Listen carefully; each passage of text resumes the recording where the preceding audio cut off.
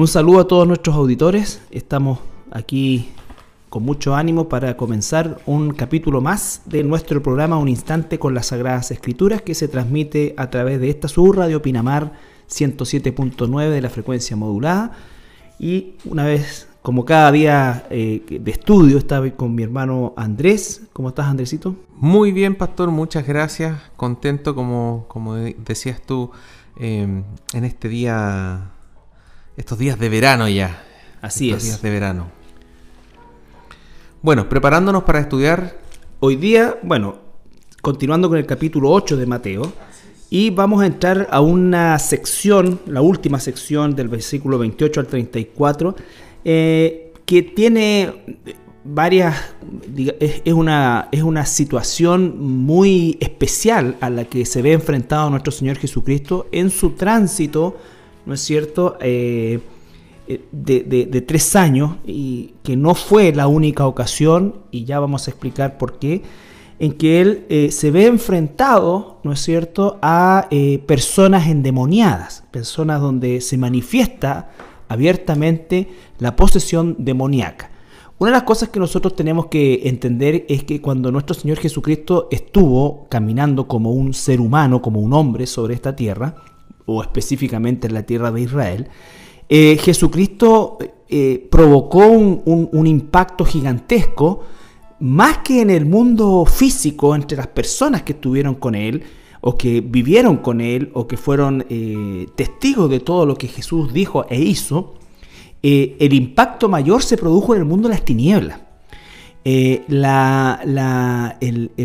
conocimiento del mundo de las tinieblas, de quién es Jesús, efectivamente generó que se provocara un gran revuelo a nivel de lo que llamamos nosotros el mundo espiritual, que en términos genéricos hace alusión a todo lo que nosotros no vemos, ¿no es cierto? Sí, cuando Jesús comenzó su vida, digamos, predicando el Evangelio, partió diciendo: arrepentidos porque el reino de los cielos se ha acercado. Eso tiene que ver un poco con lo que mencionas tú, de este terremoto espiritual, digamos, algo que nadie sabía con certeza, que en el Antiguo Testamento aparecían chispazos, digamos, de este evento, que nadie esperaba que ocurriera, nadie sabía, digamos, pero que realmente sacudió el mundo espiritual.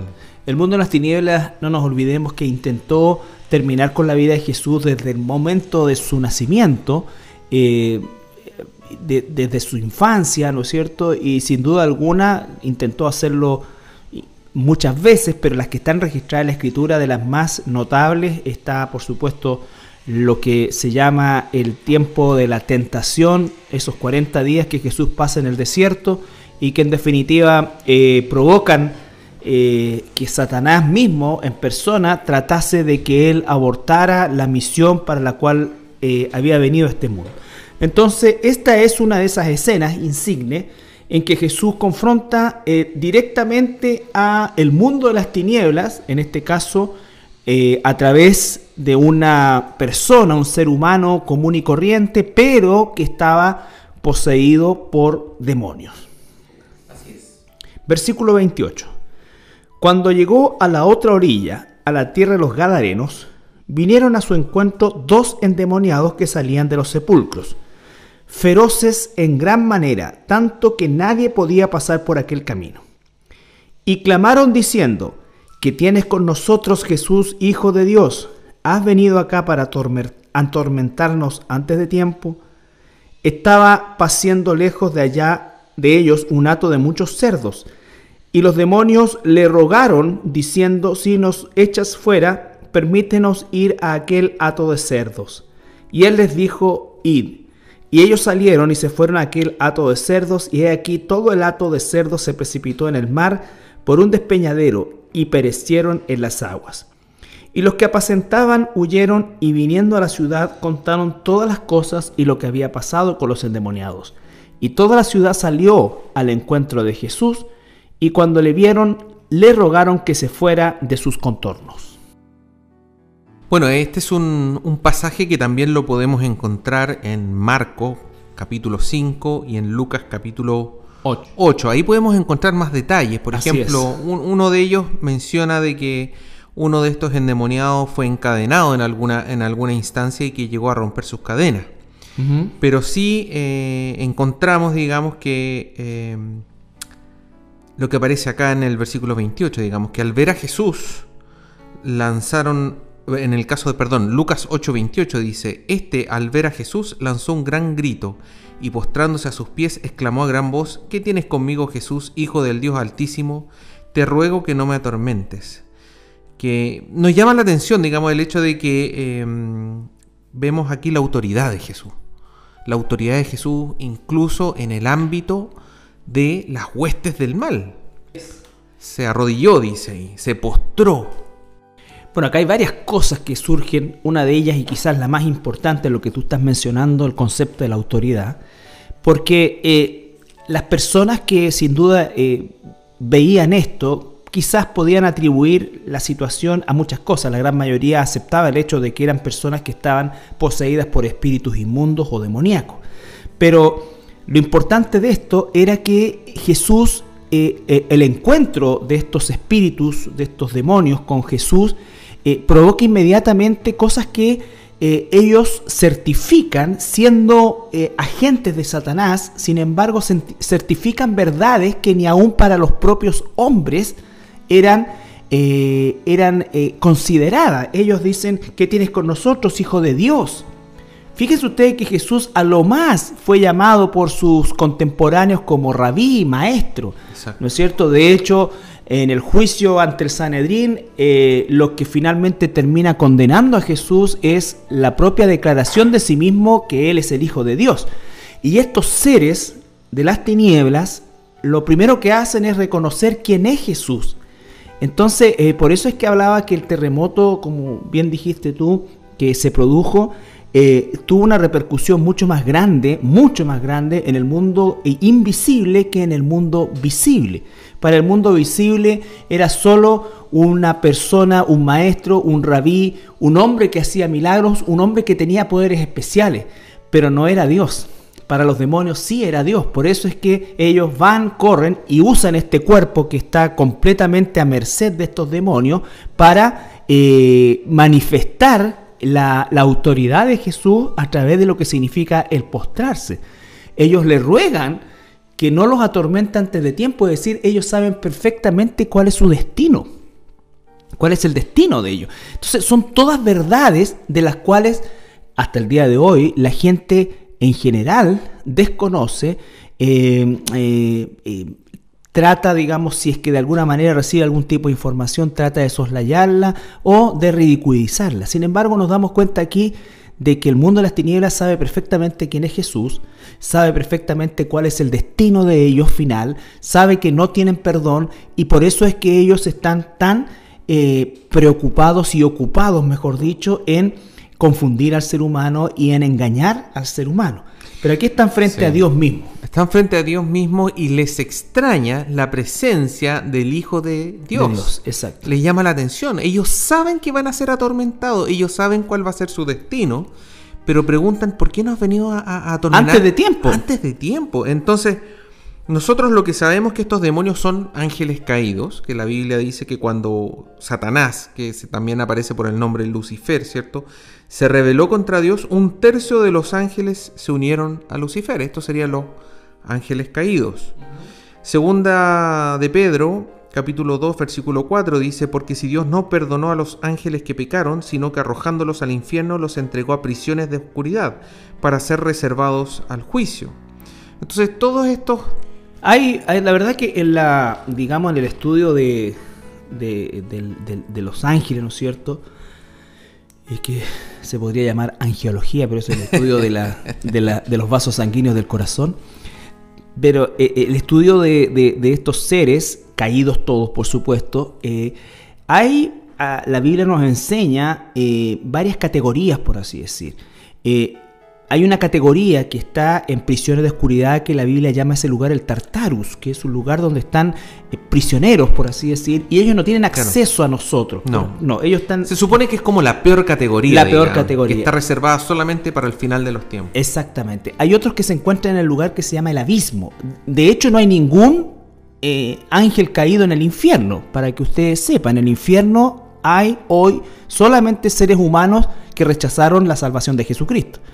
Por lo tanto, es importante también aclarar este concepto, porque estos que están, digamos, en el ambiente, diríamos nosotros que son los más o los menos malos de todos este grupo de ángeles caídos que, en definitiva, ¿no es cierto?, constituyen las huestes demoníacas. Por eso es que el periodo de la tribulación, por ejemplo, y hago un paréntesis, va a ser tan espantoso, o va a ser espantoso como nunca ha habido, porque una de las cosas que se hace es abrir el abismo para que salgan todos estos que son peores. ¿Ya? Claro, estos están reservados, están guardados para ese tiempo, para que la cosa sea realmente terrible. Terrible. O sea, realmente va a ser terrible. Pero también podemos leer en Apocalipsis 20:10, digamos, que dice: y el diablo que los engañaba fue lanzado en el lago de fuego y azufre, donde estaba la bestia y el falso profeta, y serán atormentados día y noche por los siglos de los siglos. Se supone que también en ese momento los demonios, estos ángeles caídos, también van a ser atormentados. También serían lanzados a este lago de fuego. Entonces, claro, ¿es eso a lo que se estaría refiriendo este demonio? Efectivamente, porque aunque por supuesto ellos están experimentando un grado de sufrimiento, porque si pudiésemos nosotros, vuelvo a insistir, este no es un estudio específicamente para hablar de la doctrina de los ángeles y de los ángeles caídos en este caso, sino que ni de los ángeles negros, tampoco, un grupo que me gustaba mucho a mí en mi época pagana. No, es una broma. Bueno, no es broma, que me gustaba en realidad, pero estos ángeles caídos, ¿no es cierto? Beto debe tener música de eso. Esto es un programa en vivo. Entonces, estos ángeles caídos, su destino final, aunque hoy día están sufriendo las consecuencias de estar caídos, ¿no es cierto? Porque ellos, de haberse revelado, ellos están experimentando un sufrimiento. No es, en definitiva, tal como dices tú, a lo que se referían estos ángeles caídos, que en definitiva van a terminar en el lago de fuego, en lo más profundo del lago de fuego, junto a Satanás, el anticristo, el falso profeta, el papa y muchas otras personas que van a ir a dar a ese lugar, ¿no es cierto? Entonces, todo esto es bien importante, porque el Señor Jesucristo está abriendo el espectro para que nosotros podamos entender muchas cosas a partir de esta escena. Sí. Fíjate que algo interesante, Carlito, es que uno al leer esto se da cuenta de que las huestes del mal, estos demonios, no esperaban esta primera venida de Jesucristo. Ellos sabían y esperaban la segunda venida de Jesucristo, cuando iba a tomar su lugar, digamos, en su trono, iba a emitir su rol de juez.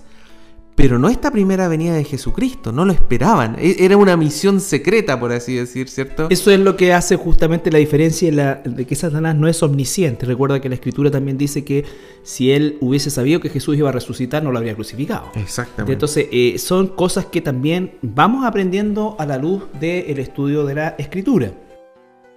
Otro aspecto también que es interesante es que a través de esta lectura podemos saber que no solamente las personas pueden ser poseídas por estos demonios, sino que también los animales. Hay parte del sufrimiento de estos espíritus, que es la necesidad imperiosa de usar cuerpos.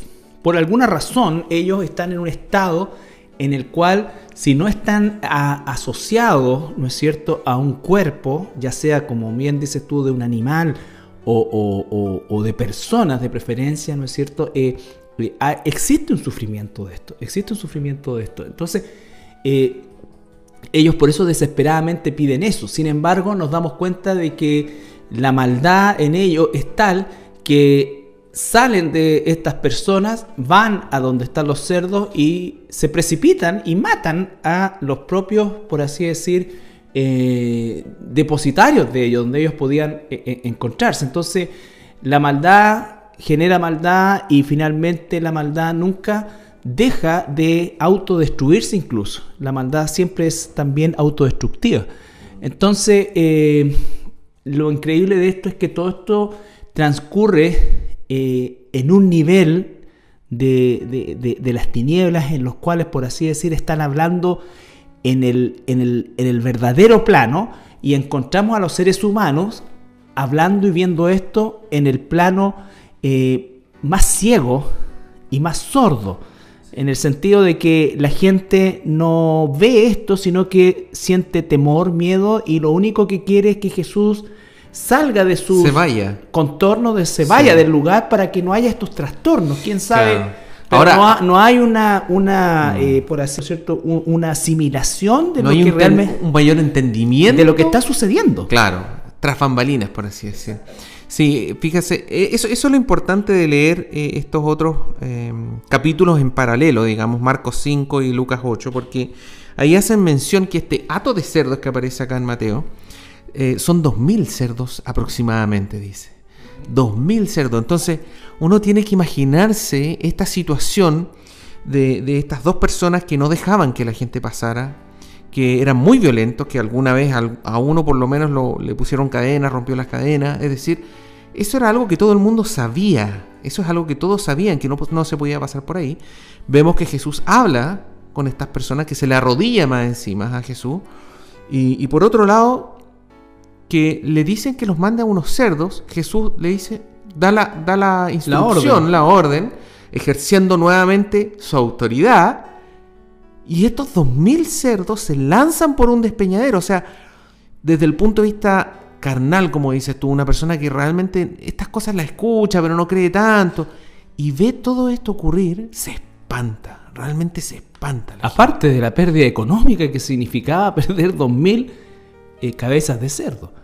Y también en Marcos, por ejemplo, hay una parte de la escena que es muy relevante, del hecho de que Jesús se baja de la barca, y al momento que se baja de la barca, estos dos seres endemoniados, en definitiva los demonios que estaban dentro de estas personas, le reconocen y dice que corren hacia Jesús.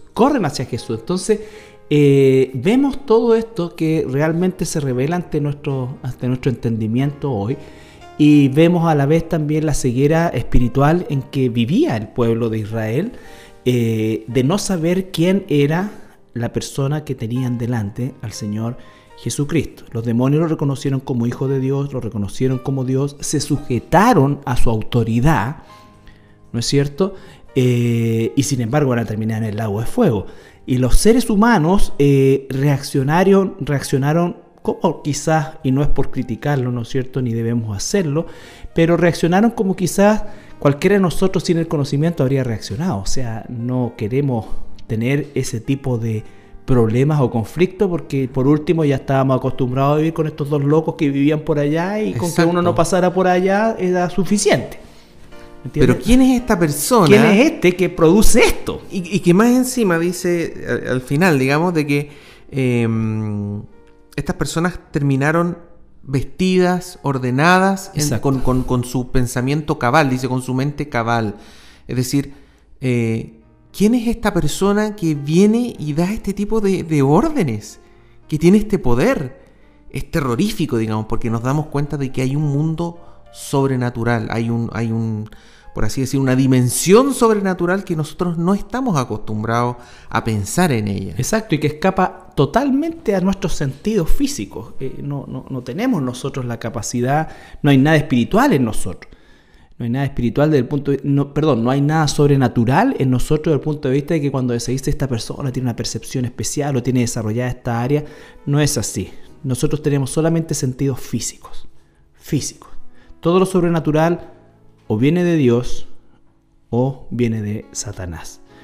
Vamos a ir a una pausa musical y al regreso continuamos con el capítulo 8, analizando esta escena.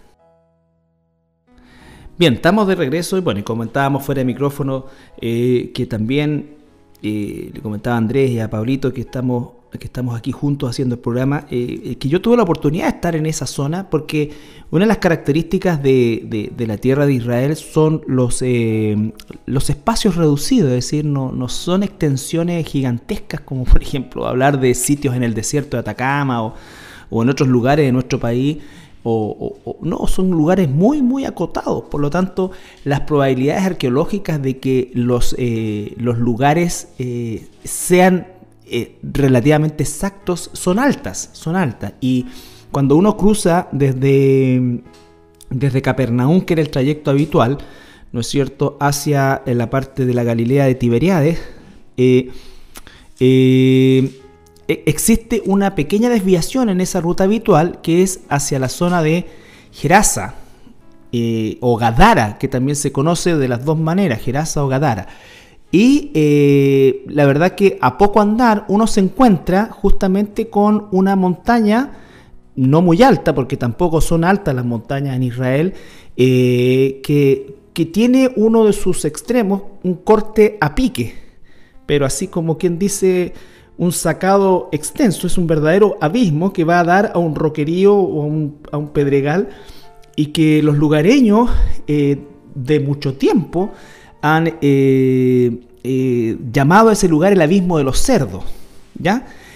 Sí, el abismo de los cerdos. ¿Y por qué? Porque arriba pastan animales, no solamente cerdos, pero ganado hay arriba, ¿no es cierto? Y ese lugar, la verdad que es bien probable que sea ese lugar, porque no hay otro lugar donde exista una altura, un abismo, ni que exista arriba, ¿no es cierto?, pasto o habitualmente pasto para que los animales se alimenten. Entonces, es una zona que por supuesto hoy día hay solamente ruinas, además que eran comarcas muy pequeñas, eran como quien dice campamentos en algunos casos, pero es interesante porque toda la vida de Jesús giró en torno al lago de Galilea o lago de Genesaret, en relación justamente a esta parte de la ribera del lago.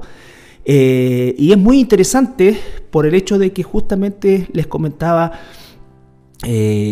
lo acotado del territorio y lo poco posible que haya sido en otro lugar. En otro lugar, como que es el único lugar que cumple, claro, con las características descritas. Claro. Qué desperdicio más grande de tocino, Carlitos, ¿eh? Increíble, ¿eh?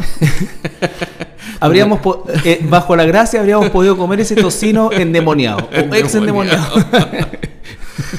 Bien. Bueno, justamente con lo que estabas conversando tú, vamos a leer el capítulo 9, versículo 1 en adelante, donde menciona que Jesús vino a su ciudad.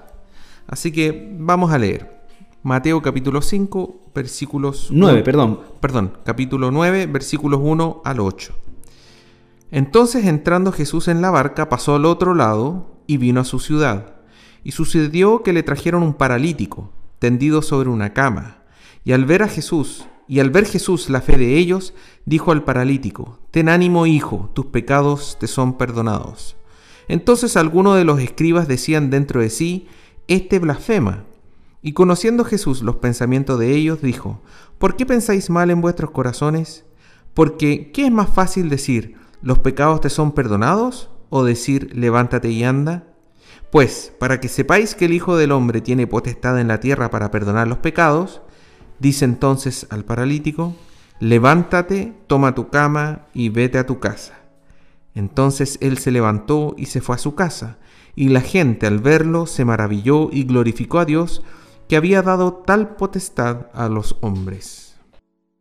Esta es otra de las escenas lindas que nos muestra el Evangelio, porque nos muestra varios aspectos, varias facetas del ministerio de Jesús. Primero que nada, su gran movilidad, pese a que es un territorio muy acotado, Jesús permanentemente se estaba moviendo. Él llega a esta zona de Gerasa o de Gadara y después vuelve a tomar la barca, y aquí hace un viaje un tanto, podríamos decir, más horizontal que vertical, porque va de la zona de Gadara hacia Nazaret, que era su ciudad, ¿no es cierto? Y eso no está exactamente al frente, no es como quien dice cruzar todo, sino que es más bien horizontal el viaje, aunque por supuesto cambia de ribera, pero no es tan, tan grande el cruce como de Capernaum a Nazaret o viceversa, ¿ya? Entonces Jesús se sube, se traslada, y aquí vemos que la gente una vez más lo está esperando, y entre medio de esa gente siempre estaban escribas o fariseos que buscaban la forma de cuestionar el ministerio de Jesús. Se encuentra con una persona que habla de que es paralítico. Cuando uno analiza la palabra paralítico, hay varias interpretaciones, en realidad hay 3 interpretaciones, pero la que más se ajusta es postrado, es decir, que era una persona cuadripléjica, lo que llamaríamos hoy día, ¿ya? No era una persona tetrapléjica, ¿no es cierto? Claro. O inválida de la cintura para abajo, sino que verdaderamente los brazos y las piernas, podríamos hablar exactamente. Correcto. Podríamos hablar a lo mejor de un accidente con una sección a nivel de la columna cervical, por así decirlo, o una enfermedad degenerativa que ya lo tenía en una fase terminal.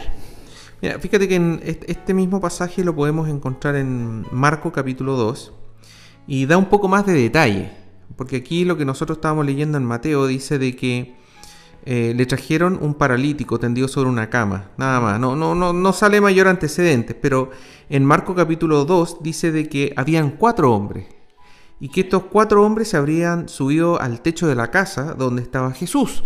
En esa época los techos eran planos, eran lisos, por así decir. Y lo que dice es que, y como no podían acercarse a él a causa de la multitud, descubrieron el techo de donde estaba y haciendo una abertura bajaron el lecho en que yacía el paralítico.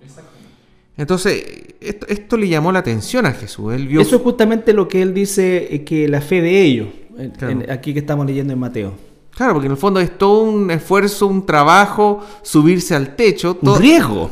Lleno de gente abajo, por todos lados, no cabía más personas en el fondo. Y se esforzaron, subieron al paralítico al techo y después en el techo tuvieron que empezar a abrir, digamos, a hacer una abertura para poder bajar a este paralítico, como dices tú, hay con un riesgo implícito. Entonces eso denota fe también. Y el Señor lo apreció, digamos. Exactamente. Esto es importante también traer, digamos, a la visión nuestra lo que significaba toda esta multitud de personas en espacios tan reducidos. Porque las casas eran, o los lugares donde habitaban, que eran muy modestos, eran casas más que pareadas, era prácticamente juntas, no sé qué otra palabra usar, pero... Estaban pegadas unas con otras. Pegadas unas con otras, unas arriba de otras, sí. Y las calles eran, pero estrechísimas, entonces no era fácil el acceso, menos a nivel de lo que ya era una multitud. Bueno, eso hace que estos hombres tomen esta decisión y finalmente cumplen o logran su objetivo, que era llevar a este hombre paralítico postrado a la presencia de Jesús, y entonces comienza este diálogo de Jesús, o mejor dicho, lo primero que dice Jesús aquí, ¿no es cierto?, es: ten ánimo, hijo, tus pecados te son perdonados. Sí, eso es algo inesperado. Es inesperado en el sentido de que obviamente el paralítico, lo más probable es que si fue para allá, era para que lo sanara Jesús, no para que perdonara sus pecados. Y por otro lado, nosotros hemos visto varios casos de sanación de Jesús, donde Él no pregunta si cree en Él, no analiza la fe, digamos, de las personas. Pero este caso es distinto. Aquí Jesús vio la fe, y al ver la fe, Jesús perdona sus pecados. Lo que nos recalca una vez más lo que aparece a lo largo de todo el Nuevo Testamento y Antiguo Testamento, digamos, de que el perdón de pecado es por medio de la fe. Habacuc 2.4, ¿cierto? Antiguo Testamento dice: he aquí que aquel cuya alma no es recta se enorgullece, mas el justo por su fe vivirá. Uh-huh. También nos habla de Abraham, digamos, que Dios tomó su fe y le fue contado por justicia. Y le fue contado por justicia, exactamente.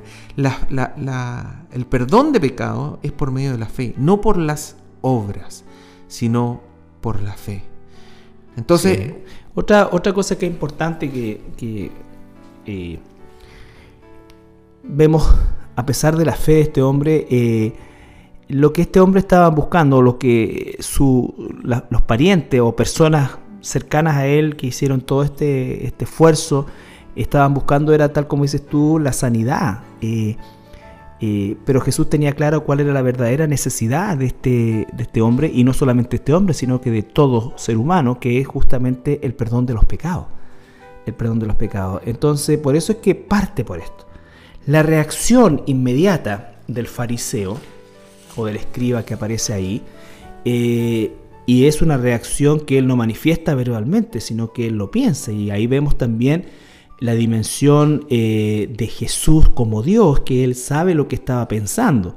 Entonces este hombre inmediatamente pensó, este es un blasfemo, porque obviamente a los ojos de la ley, a la luz de la ley, y el fariseo en ese sentido tenía razón, ¿no es cierto? Solo Dios puede perdonar pecados. El tema es que ellos no reconocían a Jesús como Dios. Claro, en el fondo, respecto al tema del perdón, ¿qué es lo que nosotros sabemos? Que para poder dar perdón, el único que puede dar el perdón de algo es aquella persona que es directamente afectada. Exacto. Es decir, si a mí me roban algo, la única forma de que el ladrón sea perdonado es que yo, que sufrí el robo, le doy el perdón a él. Pero aquí estamos hablando de pecado. Y lo que nosotros sabemos es que el pecado es algo doloroso para Dios, es algo que le duele a Dios. O sea, yo estoy... Le ofende. Ofendiendo a Dios, estoy hiriendo a Dios con mi pecado, digamos. Entonces, la única persona que puede perdonar los pecados es Dios mismo. Y la blasfemia se supone que es cuando alguien habla mal de Dios. Habla mal de Dios. Y en este caso, claro, efectivamente, si no es Dios quien está hablando, quien está perdonando, estaba hablando mal. Y por lo tanto, efectivamente está blasfemando, digamos. Pero ese no es el tema. El tema es que aquí Jesucristo está diciendo, en pocas palabras, yo soy Dios. Yo tengo, una vez más, el tema de la autoridad. Yo tengo la autoridad para perdonar los pecados. Tengo la autoridad, tengo el poder y tengo la soberanía para perdonar pecados. Él soberanamente perdonó los pecados de este hombre. Entonces, él inmediatamente, Jesucristo, sabiendo lo que el fariseo estaba pensando, entonces dice, ¿por qué pensáis mal en vuestros corazones? Y va al hecho de que efectivamente había un cuestionamiento hacia la persona de Jesús desde el punto de vista de quién era Jesús y quién declaró ser Jesús en todo tiempo, Dios. Amigo auditor, amiga auditora, este es el tema central de toda la Biblia, es que Jesús es Dios. Cuando analizamos, o vamos a analizar en el capítulo 16 de Mateo, ¿quién dice la gente que soy? La pregunta que hacen el Señor Jesucristo, ¿no es cierto?, a sus discípulos, es la clave de la luz espiritual en la vida de una persona. La respuesta de Pedro, tú eres el Cristo, el Hijo del Dios viviente, esa respuesta que es una revelación espiritual, es lo que realmente va a diferenciar la fe verdadera de cualquier otro tipo de creencia. Cualquier otro tipo de creencia. Esto echa por tierra, Carlitos, muchas de estas otras pseudo religiones, los testigos de Jehová, los mormones, etcétera, que dicen que Jesús no era Dios, era un ángel, era un profeta, era un sabio. Bueno, aquí Jesús está perdonando los pecados de un ser humano. Solamente Dios puede perdonar los pecados. ¿Cómo Jesús va a estar perdonando pecados a menos que Él sea Dios? Y Él, para confirmarlo, como dices tú en el versículo 5, dice, ¿por qué? ¿Qué es más fácil, decir los pecados te son perdonados o decir levántate y anda? Pues para que sepáis que el Hijo del Hombre tiene potestad en la tierra para perdonar pecados, levántate, toma tu cama y vete a tu casa. O sea, demostró su autoridad como Dios, como Hijo de Dios, como parte de la Santa Trinidad, digamos, de Dios, de poder perdonar los pecados. Ningún ángel puede perdonar pecados, ningún profeta, nada, ninguna otro tipo de entidad puede perdonar los pecados. Andrés, no solamente estas religiones falsas como los testigos de Jehová, los mormones, que desgraciadamente están proliferando en nuestro país, hacen una lectura ofensiva de la persona de Dios, de nuestro Señor Jesucristo, sino que además tenemos a la religión romana que se atribuye en la persona de un pecador, un sacerdote, el perdón de pecados, y además instruye a aquel que le perdona el pecado a pagar ese perdón. Entonces es toda una blasfemia desde todo punto de vista. Sí, le quita toda la autoridad. Le quita la autoridad a Jesús, quita la gracia de Dios, quita todo lo que eso significa. Eso es realmente blasfemo, herético, y es algo que, porque por último este fariseo, él no perdonaba pecado, él no reconocía que Jesús era Dios, pero él tenía clara la ley que es solo Dios el único que puede perdonar pecado. Pero hoy día nosotros vemos que esta doctrina católica, romana, ¿no es cierto?, herética, de la capacidad que tiene el cura de perdonar pecados y además de cobrar el precio de ese pecado. Como que fuera por obra. Por obra, exactamente. Por obra, sí. Entonces, importante esto, amigo auditor, porque probablemente usted se encuentra inserto, como todos nosotros en esta cultura, y la confesión de pecados, o el perdón de pecados, es potestad única y exclusivamente de Dios. Entonces, nos hemos enfocado en este bloque principalmente en lo que significa el perdón de los pecados, dejando, vamos a tratar hacia el final del programa ya el tema del milagro propiamente tal, pero no queremos dejar pasar lo medular de esto, que no es el milagro en sí, que aunque que es impresionante y que es con lo que muchas veces nos quedamos. Lo que tenemos que ver aquí es la escena, o lo más importante, la escena es una vez más esta autoridad absoluta que Jesús ejerce sin dar ningún tipo de explicación.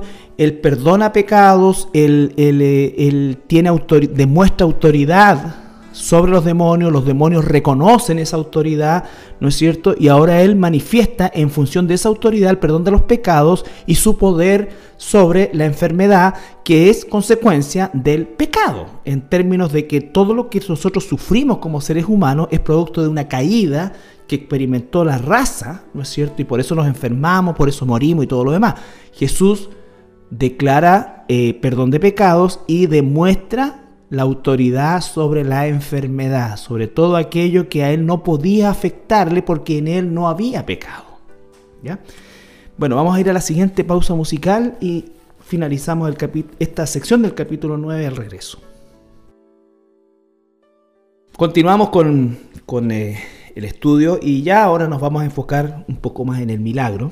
El milagro propiamente tal. En el milagro propiamente tal. Sí, y hay otro punto también, Carlitos, que está asociado al milagro, que es muy importante, y tiene que ver con lo que tú mencionaste antes, cuando Jesús le dice, ten ánimo, hijo. Sí, y es el tema de la prioridad que nosotros le damos. Yo me pongo en el lugar del paralítico, por ejemplo, y yo diría, bueno, ¿qué me importa que me perdonen los pecados? Yo lo único que quiero es caminar. Pero aquí el Señor Jesucristo nos enseña cuál es la prioridad. Es decir, vivimos en un mundo carnal, vemos con nuestros ojos, escuchamos con nuestros oídos y nosotros no nos interesa lo sobrenatural. No pensamos en una vida eterna, posterior y espiritual. Pero Jesús no, Él lo tiene súper claro. Y Él le dice, ten ánimo, hijo, es decir, alégrate, conténtate. Y lo llama hijo. Y le llama hijo, es decir, aquí vemos el tema de la salvación también. Por medio nos vamos a encontrar este ex paralítico en el cielo. Exactamente. Entonces, ¿por qué? Porque tus pecados te son perdonados. Esa es la palabra que todo cristiano debiera querer escuchar directamente de Jesús, digamos. Ten ánimo, hijo mío, porque tus pecados son perdonados. Eso es lo que realmente importa. Nosotros cuando leemos Mateo 5, 29, 30, que lo leímos anteriormente, podíamos leer cuando dice: por tanto, si tu ojo derecho te es ocasión de caer, sácalo y échalo de ti, pues mejor te es que se pierda uno de tus miembros y no que todo tu cuerpo sea echado del infierno. Y después vuelve a repetir lo mismo con tu mano derecha, es preferir cortarse la mano derecha, la mano más importante, por así decir. Que nos está diciendo, oye, ¿sabes qué? Si tú estás pasando por un momento difícil, si tienes una enfermedad, si tienes algún tipo de limitación física, no te preocupes, eso no... Lo que está diciendo el Señor, olvídate de eso es lo de menos. Alégrate porque tú tienes vida eterna, porque tus pecados han sido perdonados por medio de la fe en Jesucristo. Eso es lo que realmente importa. Sí, porque en verdad el tema físico es algo que hoy día, siempre, pero hoy día en época de tanto egocentrismo, es algo que verdaderamente condiciona la vida de las personas y de los cristianos también muchas veces.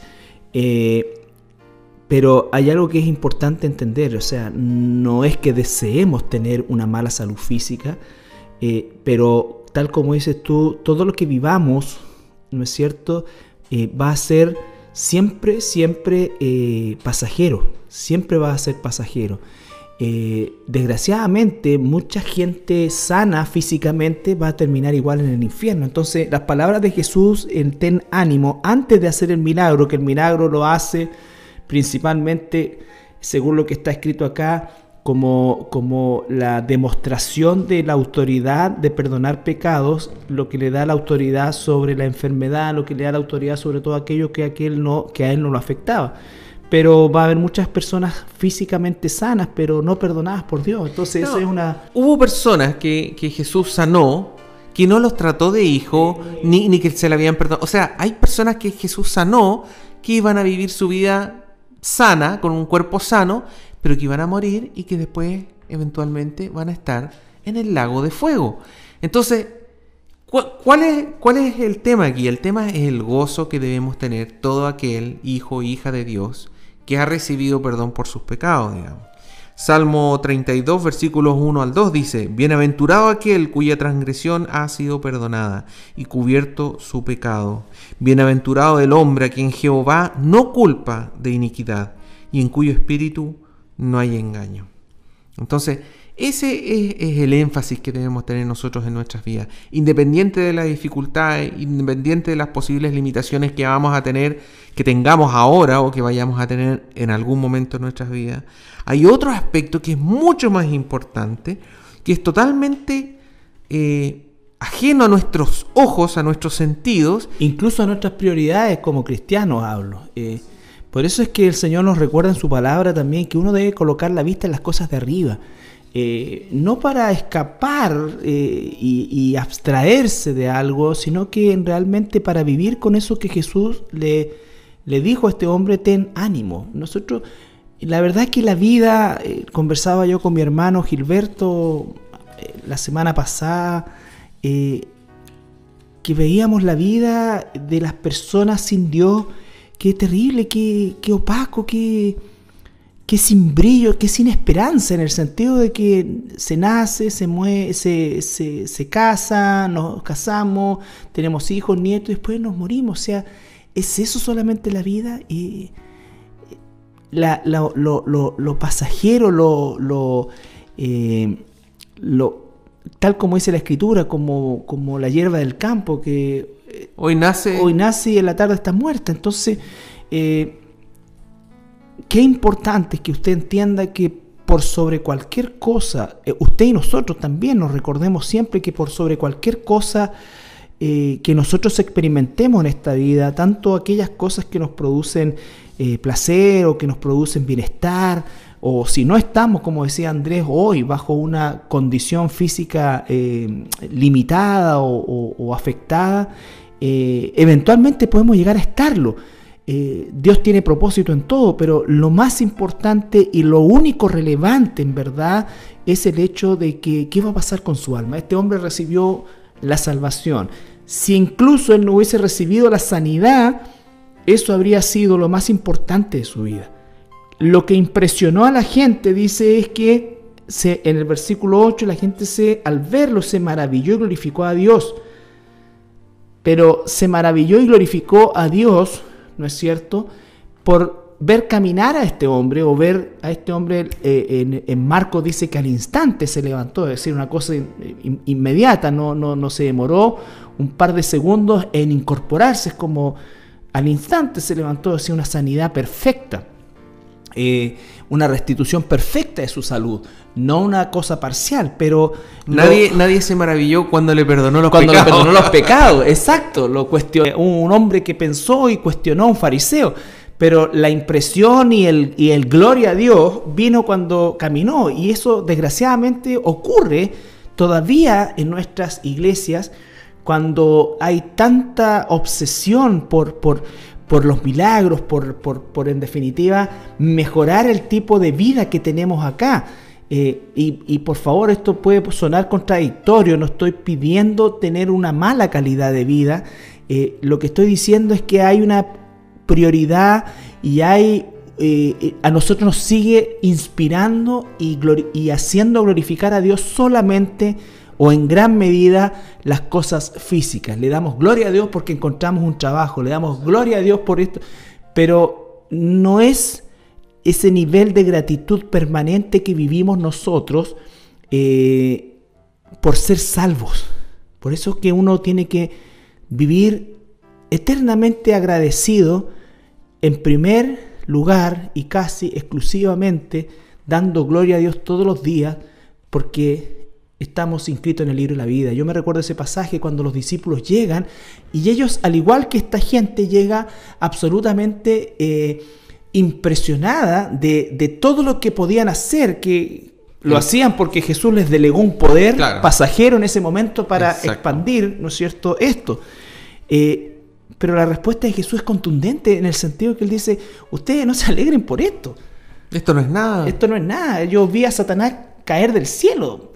Ustedes tienen que alegrarse porque sus nombres están inscritos en el libro de la vida. Esa es la perla de gran precio. Esa es la perla de gran precio. Eso es la relevancia de la obra que Jesús vino a hacer a este mundo. Jesús no vino a terminar con la enfermedad, vino a terminar con el pecado y a abrir, ¿no es cierto?, el camino para ser redimido. Él vino a pagar el precio de nuestro pecado. Él vino a tomar para sí un pueblo.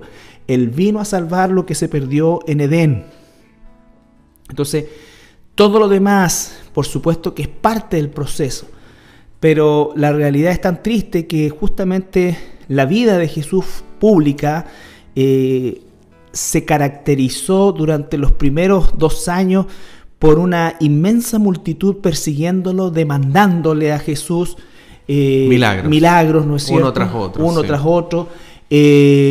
Y sin embargo, el final de la vida de Jesús terrenal, ¿no es cierto?, estuvo marcado por el abandono, por la traición, por principalmente, ¿no es cierto?, la soledad y por la presencia de 2 o 3 personas, entre ellas su madre, ¿no es cierto?, y nadie más, entonces la verdad es que el tema de los milagros en la Biblia es siempre algo que nos debe llevar a meditar, porque también hoy existe una corriente de predicadores que nos está tratando de llevar a ensalzar lo temporal. No estoy desconociendo lo maravilloso de un milagro, pero un milagro de esas características temporal, tal como tú decías, Jesús hizo muchos milagros y lo más probable es que mucha de esa gente que recibió sendos milagros va a terminar en el lago de fuego igual, porque no recibió el perdón.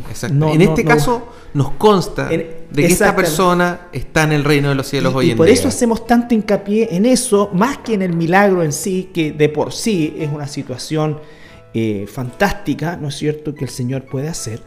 No se olviden ustedes que hay una resurrección. Jesús resucitó a Lázaro, a su amigo. O sea, ya ni siquiera es que le entregó sanidad a alguien que no caminaba, sino que sacó de la muerte a alguien que estaba legalmente muerto. Por eso es que lo hizo al 4º día. 4º día, donde ya hiede. Exactamente, dice, donde ya según el patrón, digamos, de legal, por así decir, de los judíos, hablaba de que un muerto es declarado totalmente muerto después del 3er día en adelante. Jesús llega al 4º. Entonces, no era narcolepsia. No era narcolepsia, ¿no es cierto? No estaba desmayado y todas estas cosas que se dicen. Pero la gente igual, como dijo Salomón, el ojo no se cansa de mirar. Veía estas cosas, probablemente hubo gente que fue testigo no de uno, sino que de varios milagros. Y es súper posible porque, como dije también, las distancias son tan pequeñas y la gente seguía a Jesús donde iba. Y Jesús se encontraba de repente con campamentos de personas cerca donde sabían que Él estaba y bueno. Pero una vez más, ese no es lo principal. Para Jesús, para Dios, lo principal es la salvación de pecados. Si tenemos salvación de pecados, si somos hijos de Dios, debemos estar alegres, debemos estar contentos, porque realmente ese sí que es la perla de gran precio, el gran tesoro que vale la pena vender todo a cambio de eso. Eso es lo que nosotros debemos seguir. Y solamente en Jesús hay salvación.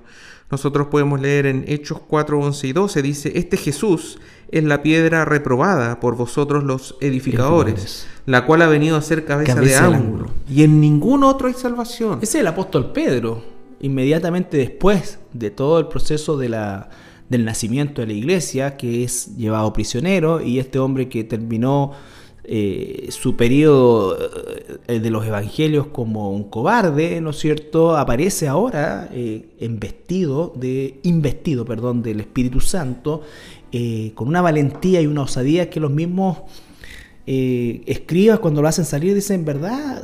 Ellos reconocían que había estado con Jesús.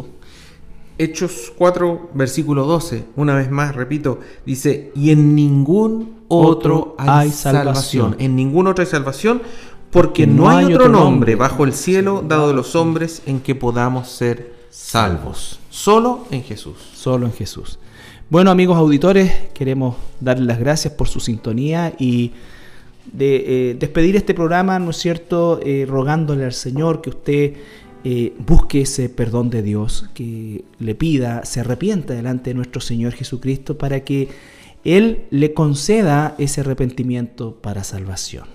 Así es. Muchas bendiciones, saludos a todas las personas que nos escuchan. Recordarles una vez más que los estudios los pueden encontrar en la página web en www.iglesiacristianalaserena.cl. Así es. Que el Señor le bendiga.